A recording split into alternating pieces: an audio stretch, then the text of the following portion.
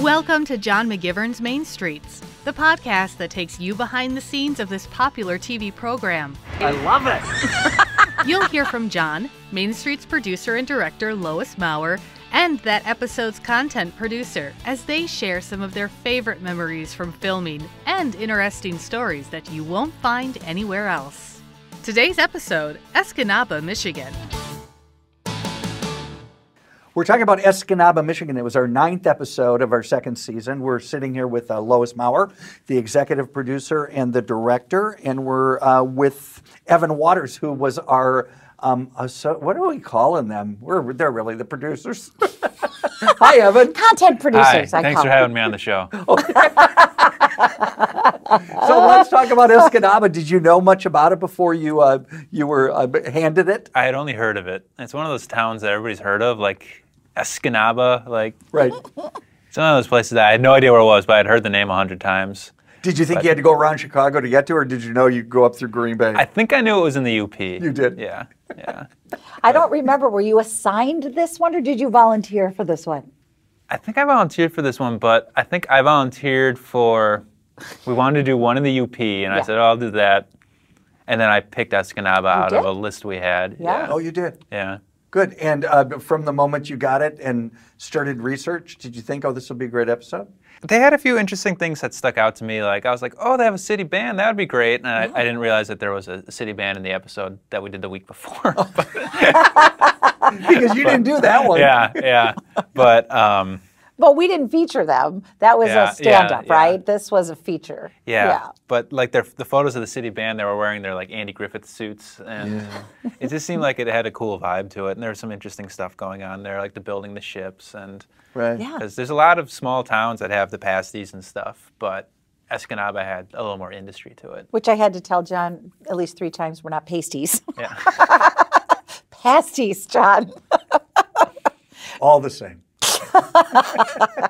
Tomato, I guess. Was there something favorite of that episode for you? I think my favorite thing might have been the girl making the fishing lures, because that's one of the most unique things I've found so far for the show. And she was 14. She has her own business. Yeah. And she makes... She was 19. Just to be fair. How old was she really? She was just out of high school. Yeah. Yeah, and she made the fishing lures. Beaver's Lures. Beaver's Lures, yeah. Which is her last name, Caitlin Beaver. Mm-hmm. Not because she's trying to catch beavers. But her slogan was "Help you catch the damn fish," and it was DAM fish. Yeah. That's good. Yeah. And she made some pretty lures, and she took us to the back room and showed us how she made them and how she formed them, and then she was most excited about her new packaging, which she gave us a glimpse as to how that's going to be as well. Yeah. Then she took us down to the municipal pier or something like that. That's where right? we were. Yeah. Right, but what you need to know about that is behind the scenes, when we talked to Caitlin, we said, would you take John fishing? And she said, oh, yes, and I've got a spot. He's absolutely going to catch fish. It's going to be the best thing ever. And I was like, great. And so Evan's doing the research and found out, it's like 40 minutes? Yeah, it was like a half-hour drive. It was in Minnesota. And then you had to like hike through the woods for 10 minutes and then be wearing waders in the lake. Yeah. No. So she took us to the municipal pier, and I didn't catch a thing. She caught one. Yeah. She caught a fish that was probably born on Thursday. It was bigger than a minnow, but not much. It wasn't a little pan fryer. So, which, by the way, she looked at me and Evan was like, I told you we weren't going to catch anything here. We know, but we couldn't go all the way into the fly fishing stream all the way at the edge, but yeah. But I love the fact that where she took us was really the park in town, which Escanaba has one of the most beautiful city parks I've ever seen. Yeah, Ludington Park. Yeah, Ludington Park. It kind of runs along like the entire eastern side of Escanaba. It's very cool. Yeah. And of course, it's got the really beautiful lighthouse, right? Yeah. It's just such good pictures. Yeah, and there's a lot going on. I mean, it goes from the pier to the lighthouse to like a beach to more of a woodsy area that has the band shell and all sorts of stuff. To the mountain. Yeah. The valleys.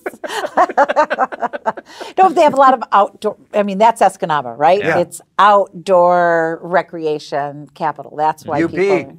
Yeah, right. Right? It's nice. We'll go back to the UP, won't we? Yeah, absolutely. And It's will you part of take the Michigan. We have next to go. UP episode? I might.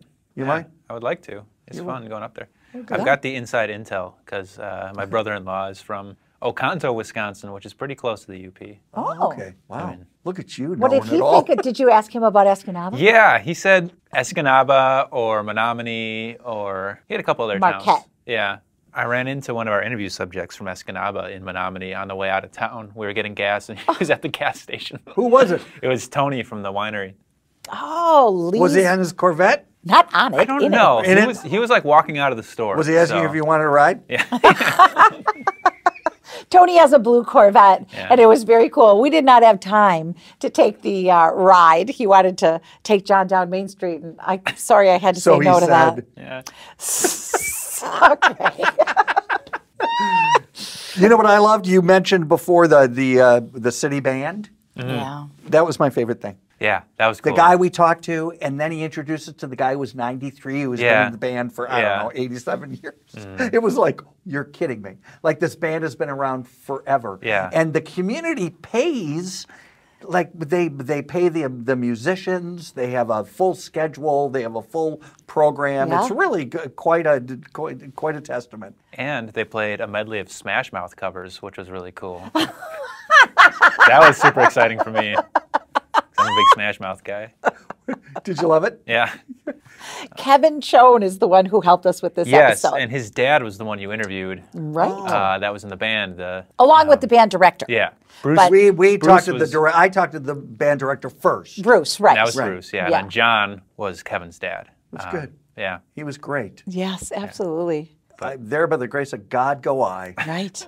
Because that man, for whatever his age, in his 90s, if I am telling you, that's a gift right there. Yeah. The youngest in the band is Just graduated from high school. really? Yeah. And the oldest? 90s. 92. You're 92. Right. There you go. And you're playing. Oh yeah, why Yeah. not? We cannot lose our city band. No. Because it's kind of an institution in town. What do you play? I play trumpet. So you've been doing it for 15 years, but the band has been going on for how long? Well, officially since 1926. And if I remember right, it was hot when we were in Escanaba, wasn't it? Hot. Like, and then they're in their band uniforms, and there's, here comes Hotter. Kevin's dad, and I'm thinking, oh, this is not going to be good. This could be tragic. And the whole band was like, they were decked out. And I was like, okay, good for you guys, Again, in Ludington Park is where they were, at the band shell in Ludington Park. Yeah. And the community comes out and they bring their picnic baskets and they line up. They don't really come down and sit in the permanent. Because it's all in the sun, remember? Right. That's So all in the sun. They're all kind of on the hills, and it's a cool. Yeah. It's cool what they do. It was very sweet. Did you have a favorite, Lo? Well, I don't know, maybe just because I wasn't familiar, I just loved the pasty making. Like to see what that's such a tradition in Escanaba. Like that's nothing special to them. They will eat that 3 times a week. Some of the people who came into Dobber's when we were there, they're like, well, yeah, this is what I come, Monday, Wednesday, and Friday. I'm like, really? So describe what it is and why they have them there. I can describe what it is. I don't even know why it's named pasty, but I thought the story of their history was really, so think of pie crust, and in the pie crust you put potatoes and meat, maybe cheese, and then Root vegetable. and then they fold it over and pinch the edges, and it kind of turns out like a half circle, right? Right. With pinched edges, and it's a sandwich, really. Right? It's like a hot pocket for miners. It's a hot pocket. For minors. Not minors as in M-I-N-E-R-S. too young to eat it. Right. It's a hot pocket. Tell the story of the miners. I thought this was super interesting because this Escanaba had a huge Lead mining mine. population. Yeah. Right. Yeah, that's Do you remember it? Well, that they came from Cornwall, England, and that's these pasties. See, you did it again. Pasties came from Cornwall as well. This is what they ate when they went to the mines in England, and they brought them with them when they came to. And why? Why did they take those into the mine? You remember this story about the arsenic? No. Oh, Evan, do you remember? I don't remember anything about arsenic. I know they took them because it was an easy thing that they could just like throw in their overalls and have a handheld thing that they wouldn't have to bring, dishes down. But they didn't eat the bread, remember? So what happened was they would take this down, and in the mines, it's not like you washed your hands after you were done mining, and lead is full of arsenic. And so you would get this all over your hands. If you were to eat with your hands and ingest that, you would be dead. So they would eat the pasties, they would peel the crust off of and eat the inside, and they would throw the crust, and the rats that were down there would eat the arsenic-laden dough and die. They didn't tell us that story. Oh, gosh. Then I know I didn't make it up. I swear I didn't make it up. No, they told that story. You woke up after you dreamt that. No, I'm putting it in the episode so that you know it's true. I don't remember that. Who told us that? The pasty guy. Where was I? You were probably, who knows where you were at the moment.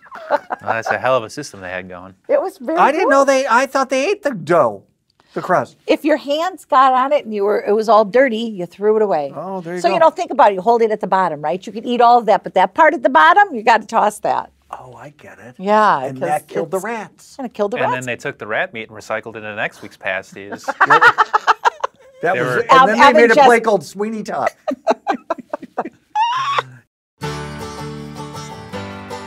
Want to wear something that's going to support your favorite show? Shop at Main Street Store. Proceeds go to help us get next season into production. So come on, go shopping at mainstreets.tv. I've got to talk about insurance. Are you stressed and overwhelmed with your Medicare Advantage plan options? It's ironic, really. The thing you need the most causes you stress. And it doesn't have to be that way. I chose Network Health because it's not stressful. For 40 years, they've provided health insurance to Medicare members throughout Wisconsin. And their customer service, let me tell you something. It's like nothing I've ever experienced before. So if you're looking for a Medicare Advantage plan and you want to be relieved of stress, you got to call my friends at Network Health. Call 844-277-7174 today. That's 844-277-7174. Don't wait. North Shore Marine, do you remember that? Yes, that was cool. I loved the fact. Can we tell the story that we could be in jail right now? We could be in the slammer, the military slammer, whatever that's called. Look, we were following the owner. We were following the owner, right? Yes. Nick. I said, can we get a little closer to the ship because they had an is it called an LTC? LTS, Littoral Combat Ship, LCS.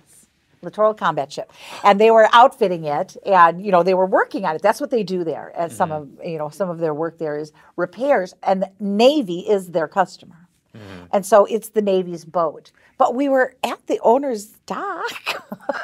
We were at the owner's dock, and we thought we weren't going to get on the ship, but we were going to crawl up the steps and do our interview from on top of the steps, and the next step would have been on the ship. Right. Well, we got about halfway up, and you were with Bob, the second unit photographer, and you were coming to meet us at those steps. Yeah. And as you were coming through the gate, what happened to you guys? So we were coming through, and we kept saying to ourselves, wow, I can't believe they're letting us get this close to this Navy ship with cameras.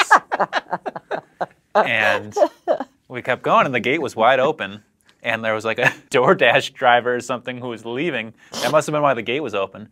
But we walked right through, and we kept going, and 15 SWAT teams descended on us.